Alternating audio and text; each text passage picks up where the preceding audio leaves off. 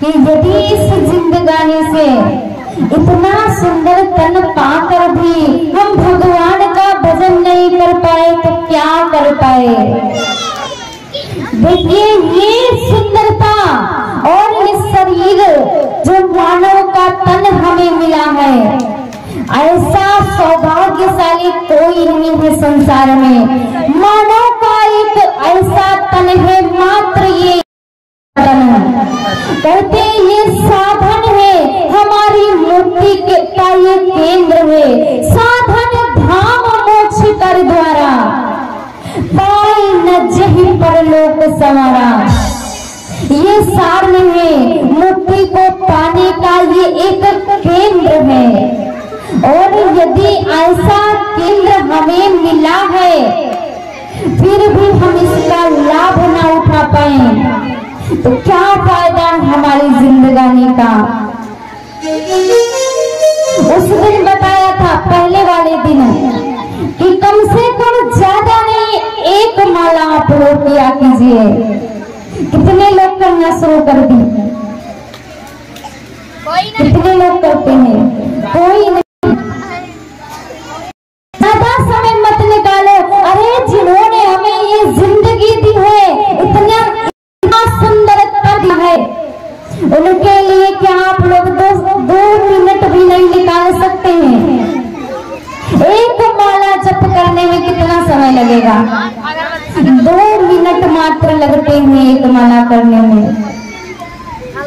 ज्यादा नहीं बोल रहे हैं आप लोगों से कि बहुत ज्यादा करो, लेकिन कम से कम एक माला रोज किया करो। बस एक माला आप लोगों से विनती है, कम से कम इतनी सी बात हमारी मान लो, ताकि जब हम दोबारा इस गांव में आए, आप लोगों के गांव में आए और आप लोगों से ये बात दोबारा पूछें कि किसने किसने माला करना प्रारंभ किया है, तो आप लोग भी गर्व से बता सकें कि नहीं हम भी माला करते हैं। आप लोग भी गर्व से उस समय बोल पाएंगे। ज्यादा समय मत निकालिए, 2 मिनट मात्र लगते हैं।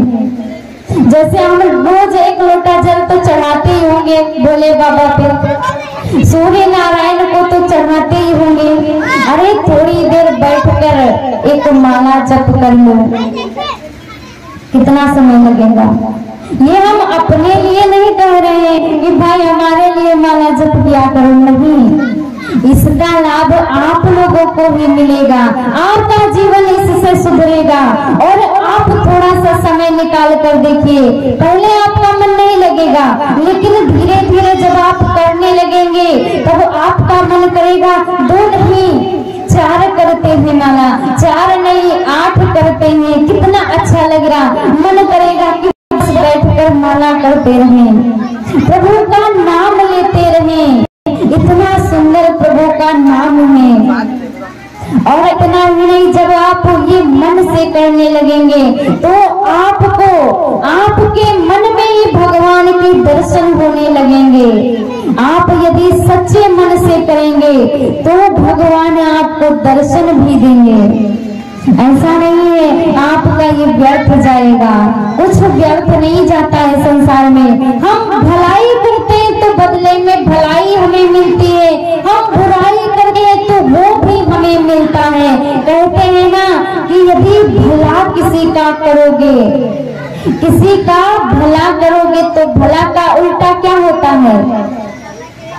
भला का उल्टा क्या होता है? लाभ। यदि किसी का भला करोगे तो हमें लाभ होगा। कुछ भी व्यर्थ नहीं जाता है संसार में, चाहे कुछ करें तो भगवान का नाम लेंगे क्या व्यर्थ जाएगा? नहीं, इसका भी आपको लाभ मिलेगा। भोले बाबा मैया को समझाते हुए कह रहे ये संसार भव सागर है, और इस भव सागर से यदि पार निकलना चाहते हो तो मात्र एक ही साधन है। भव सागर चाह पार जो पावा, राम कथा ताकह दृढ़ मावा। ये राम कथा कहते हैं कि हम कुछ भी सोचें, कुछ भी कर लें, लेकिन जब करते हैं होता वही है, हमारे और आपके करने से कुछ नहीं होता है। एक बार की बात है कि सारे देवता कैलाश पर्वत पर पहुंचते हैं। कैलाश पर्वत पर सभा लगी हुई है, सारे देवता पहुंचते हैं अपने अपने विमानों को लेकर। भगवान विष्णु जी अपने गरुड़ जी को लेकर पहुंचे। गरुड़ जी बाहर रुक गए, भगवान अंदर चले गए। थोड़ी देर में यमराज आता है। गरुड़ जी देखते हैं कि एक पहाड़ पर बड़ी सुंदर सी चिड़िया बैठी हुई है। गरुड़ जी उसे देख ही रहे थे, इतनी सुंदर चिड़िया चहचहा रही थी। बड़ी सुंदर आकृति देखकर गरुड़ जी उसकी ओर मोहित हो जाते हैं। लेकिन उसी समय यमराज का आगमन होता है।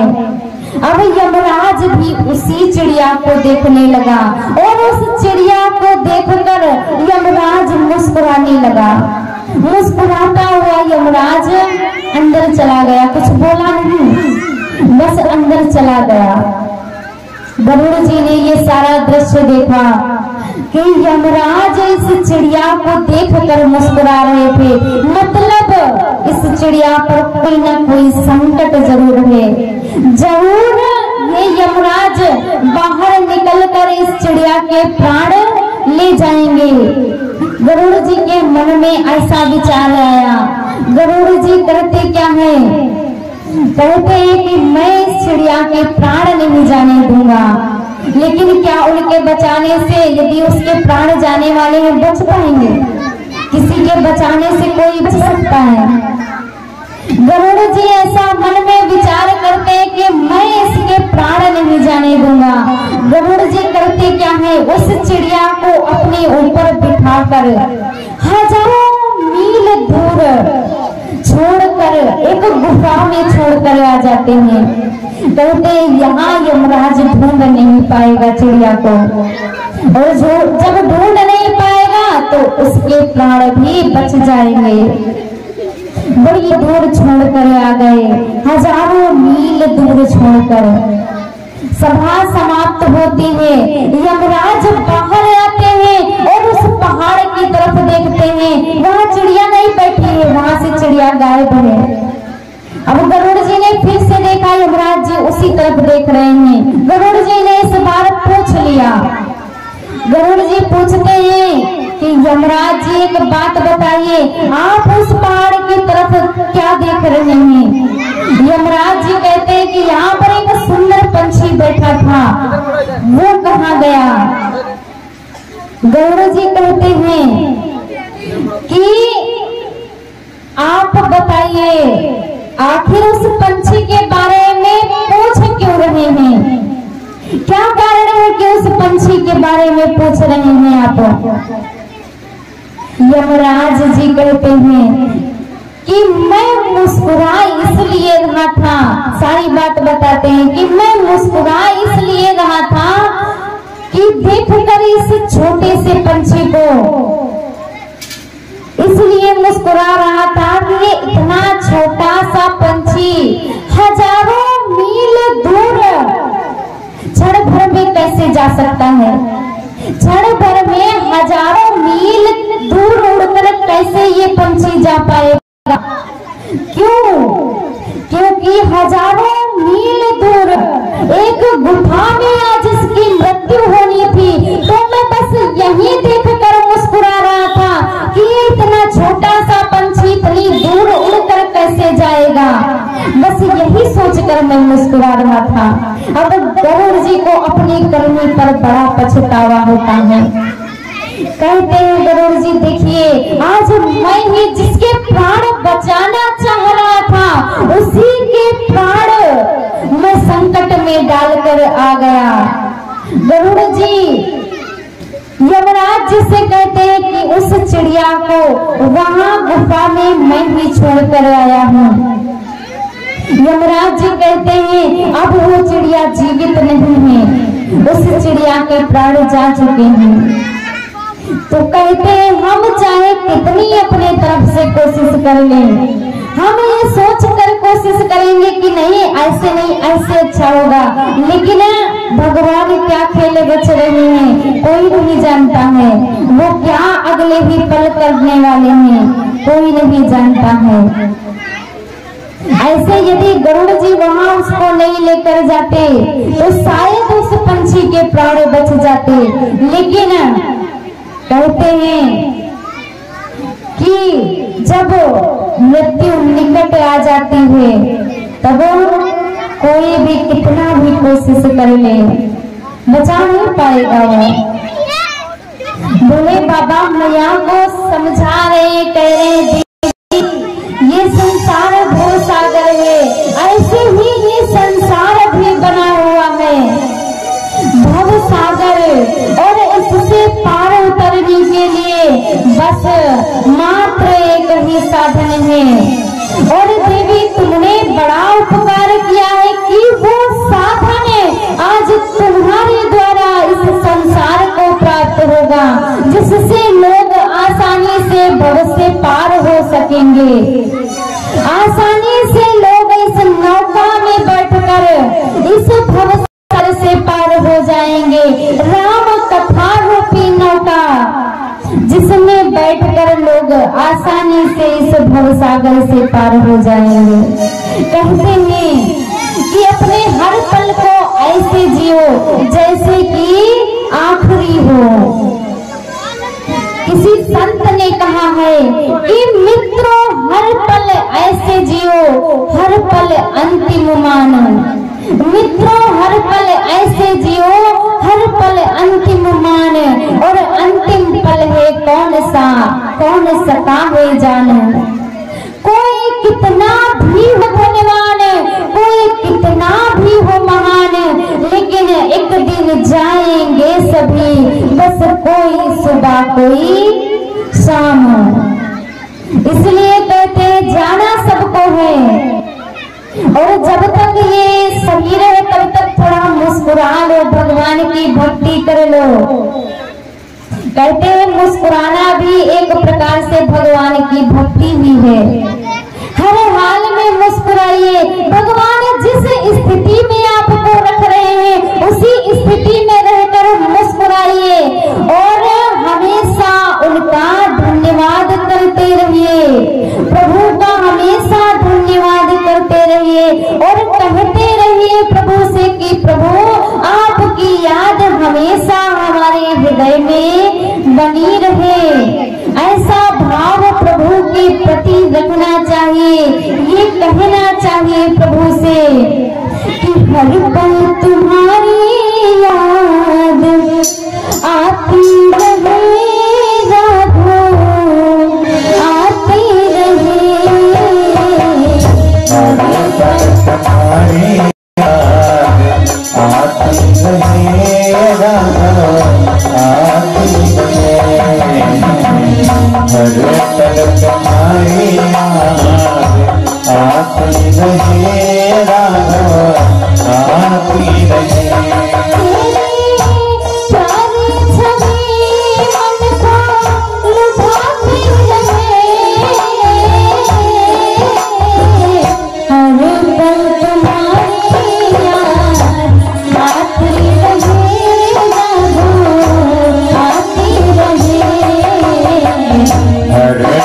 तुम्हारी याद आती रहे,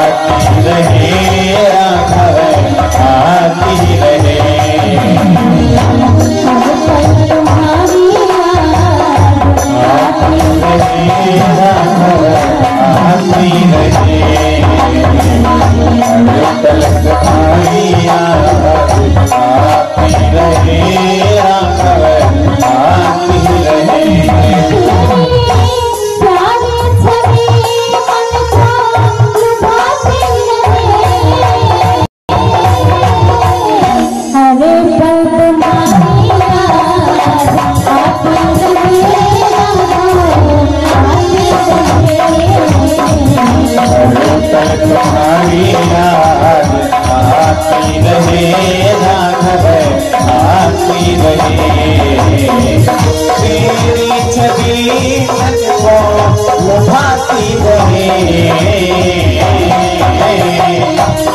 पल तुम्हारी याद आती रहे राघव आती रहे। अरे पल तुम्हारी याद आती रहे राघव आती रहे। भोली राघवेंद्र सरकार की, भोली वृंदावन बिहारी लाल की। एक बार की बात आप लोगों को बताऊं, बताइए। एक बार क्या होता है, गांव में एक बारात होती है। बारात हुई एक सज्जन के यहाँ और उनकी बहू आई। अब बहू पढ़ी लिखी बढ़िया थी, खूब उनके यहाँ दूध दही होता था। बहू पढ़ी लिखी थी। एक बार क्या होता है, वो दही मर रही थी, घी निकाल रही थी, मक्खन निकाल रही थी। अब जब मक्खन निकल आया तब वो अपनी सास को आवाज लगाती है। उसकी सास बाहर बैठी थी, वो निकालना जानती नहीं थी। जो बहू थी वो पढ़ी लिखी एकदम समझदार, वो निकालना नहीं जानती थी मक्खन। अपनी सास को आवाज लगाती है, सास बाहर बैठी होती है, कहती है कि अम्मा अंदर आओ, मक्खन निकल आया है। अब अम्मा आई, बाहर से अम्मा अंदर आई, हाय हो का कहती हो। अम्मा बहन हाय हो का कहती हो, क्या हुआ अम्मा? कह रहा है जो तुम ये नाम लग रही हो ना, ये तुम्हारे ससुर के नाम है। जो बहू कह रहे थे कि अम्मा मक्खन निकला हुआ है, निकाल लो। कहती हाय हो क्या कह रही हो, ये जो नाम लग रही हो ये तुम्हारे ससुर के नाम है। अच्छा उसको पता नहीं था। कहती अच्छा अम्मा गलती हो गई, अब की बार नाम नहीं लेंगे। कहती इस बार माफ कर दो, अब की बार नाम नहीं लेंगे, हमें पता नहीं था कि उनका ये नाम है मक्खन, हमें पता नहीं था उनका ये नाम है, अगली बार नाम नहीं लेंगे। अब 2-4 दिन हो गए, फिर से उसने दही घुमाया, मक्खन निकाला। अम्मा बाहर बैठी थी, अब वो बुलाए तो बुलाए कैसे अम्मा को, आवाज बार बार लगा रही, अम्मा अम्मा। अम्मा सुन रही है, बार बार आवाज लगाती अम्मा। अम्मा बाहर से कह रही क्या हो। अम्मा बाहर से कह रही। अब जब ये समझती कि अम्मा नहीं समझी है, तब ये कहती है अरे अम्मा अंदर आओ, बप्पा उतराए बप्पा उतराए लगी, निकाल लो भाई। कहती अम्मा अंदर आओ, बप्पा उतराए लगी, निकाल लो भाई। बोलो सीताराम।